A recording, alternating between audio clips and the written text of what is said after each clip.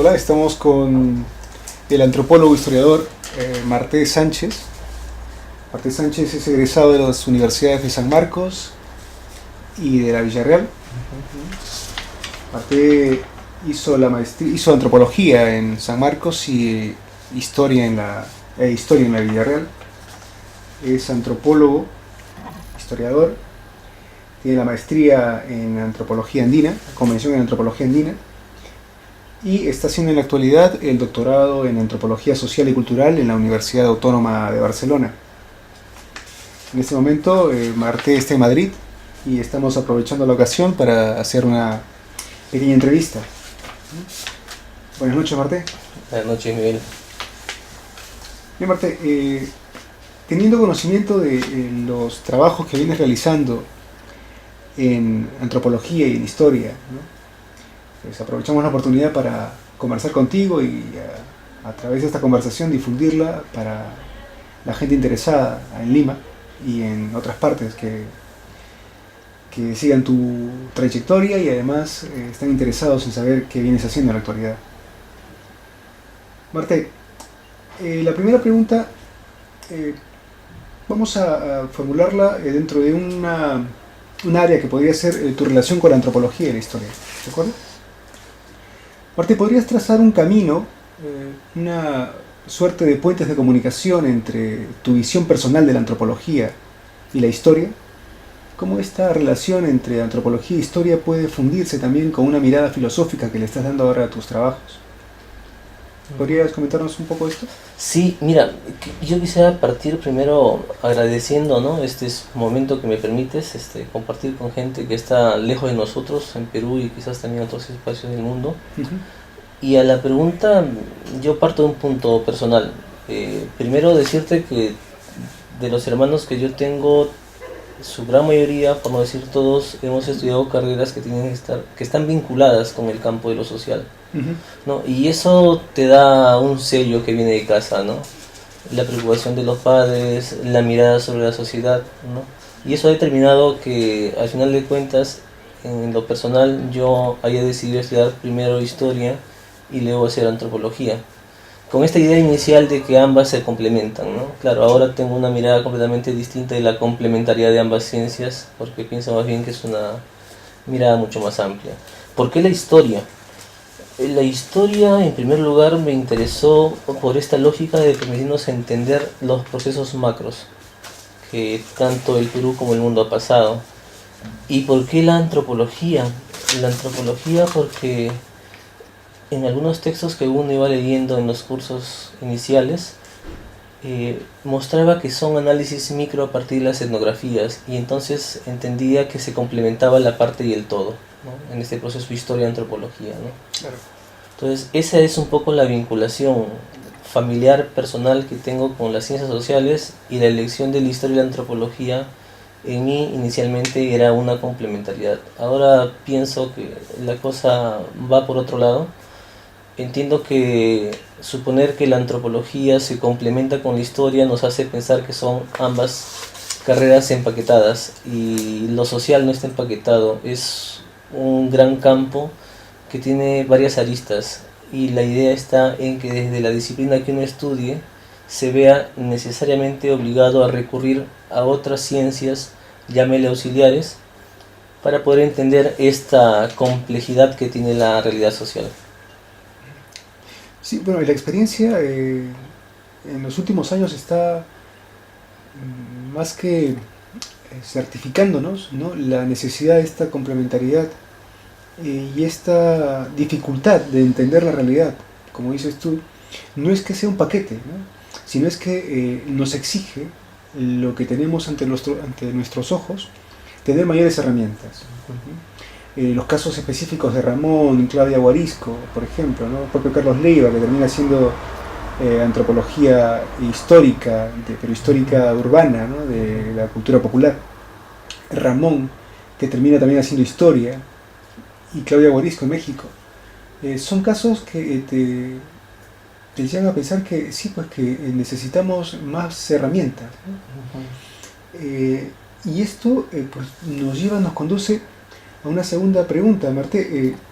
¿Cómo fue este camino? ¿Cómo fue tu camino personal para llegar a esta posición? Sí, de lo que tú comentas, Miguel, hay una cosa interesante. El propio Javier Ávila también Sí, sí, sí, sí, claro, Javier también con esta propuesta que va manejando ahora desde la lógica de las redes sociales Ujú. con manejo de software, ¿no? Sí. Que es bastante interesante, ¿no? Y que es otra complejidad que yo espero comprender en algún momento, que no es mi pasión, pero que igual hay que seguir en esta búsqueda de complementariedades, ¿no? Ujú. Bueno, ¿cómo uno llega a esa necesidad? Bueno, yo cuando hago el primer trabajo de investigación, que es sobre violencia, eh, me veo envuelto en una necesidad de conocer los procesos históricos del Perú, concretamente, ¿no? El proceso de la aparición de la izquierda en el Perú, y luego cuando ya voy a aterrizar en un espacio concreto como es Ayacucho, conocer la historia de cada comunidad para poder entender cómo esta historia en una coyuntura como fue la violencia pues necesita de mayores herramientas para comprender este otro problema complejo que es la violencia política, ¿no? Ujú. Entonces yo me vi obligado a trabajar y ahí recurrí a la historia, fuentes como son los archivos de las comunidades, el archivo regional de Ayacucho y también el archivo de la Nación.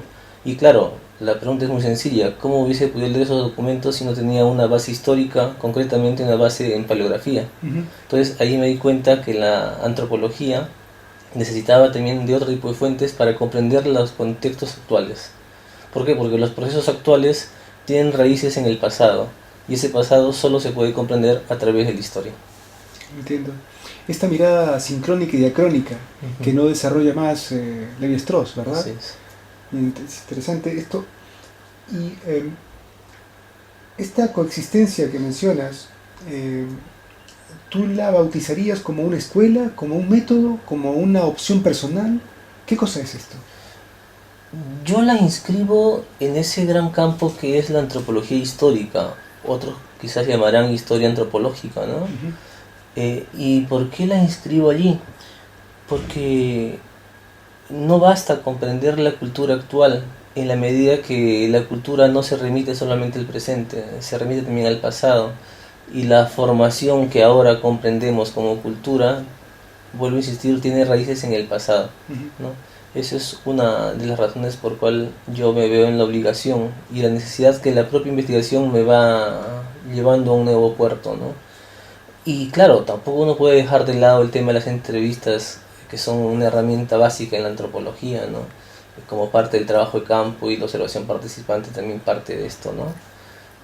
Sí. Y eso al final uno entiende que no es suficiente para entender lo que sucede, no solamente en el Perú, en el mundo, ¿no?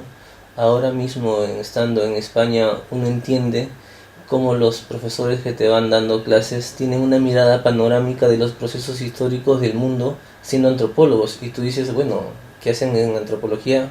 Deberían estar en historia, ¿no? Ujú. Sí. Y te das cuenta que con sus propias lecciones te están obligando y combinando a que el camino de las ciencias sociales y en concreto de la antropología no está a andar un camino paralelo, sino más bien converger en un gran camino donde todas las ciencias de las humanidades o de las ciencias sociales confluyen en la búsqueda de una respuesta a esta realidad, ¿no? Y en este camino, este camino se te facilitó, Marte, con algún tipo de autor específico, con algunos libros que cultivaron esta posición. Sí, sí, sí, sí. A ver, ¿qué es lo que... Primero, estar aquí, uno descubre que hay una serie de textos de autores que tú conoces como autores, pero que los libros no tienen circulación en el medio en que tú te Es encontrabas. restringido. Sí, en el Perú, cuando se da el proceso de la Comisión de la Verdad, o un poco antes, suenan mucho algunos autores como Agamben, La Capra y Todorov, sobre todo este último, ¿no? Con un pequeño texto que termina uno descubriendo que es una conferencia, ¿no? Los abusos Sí. de la memoria. El opúsculo de Asterisco. Así es, y te das cuenta al final, cuando haces una búsqueda de la información que él maneja, que tiene una infinidad de libros que ya remiten desde la década del 80 sobre el tema de la memoria.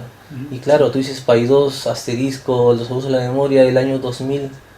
Claro, qué nuevo es. Y no, cuando tú ves, a mí me encantó por lo menos un texto de Todorov que es Tentación del Mal, no, perdón, Memorias del Mal, Tentación del Bien, y que ese es el texto, digamos, base Programático. del, claro, del cual Luego él va a sacar conferencias como esto de abuso de la memoria, ¿no? Es un texto de casi 700 páginas. Y ahí tú ves cómo él maneja la parte histórica para encuadrar cada proceso de violencia en los contextos que le corresponden a cada historia nacional, ¿no? Entonces dices, sí, pues, ¿no?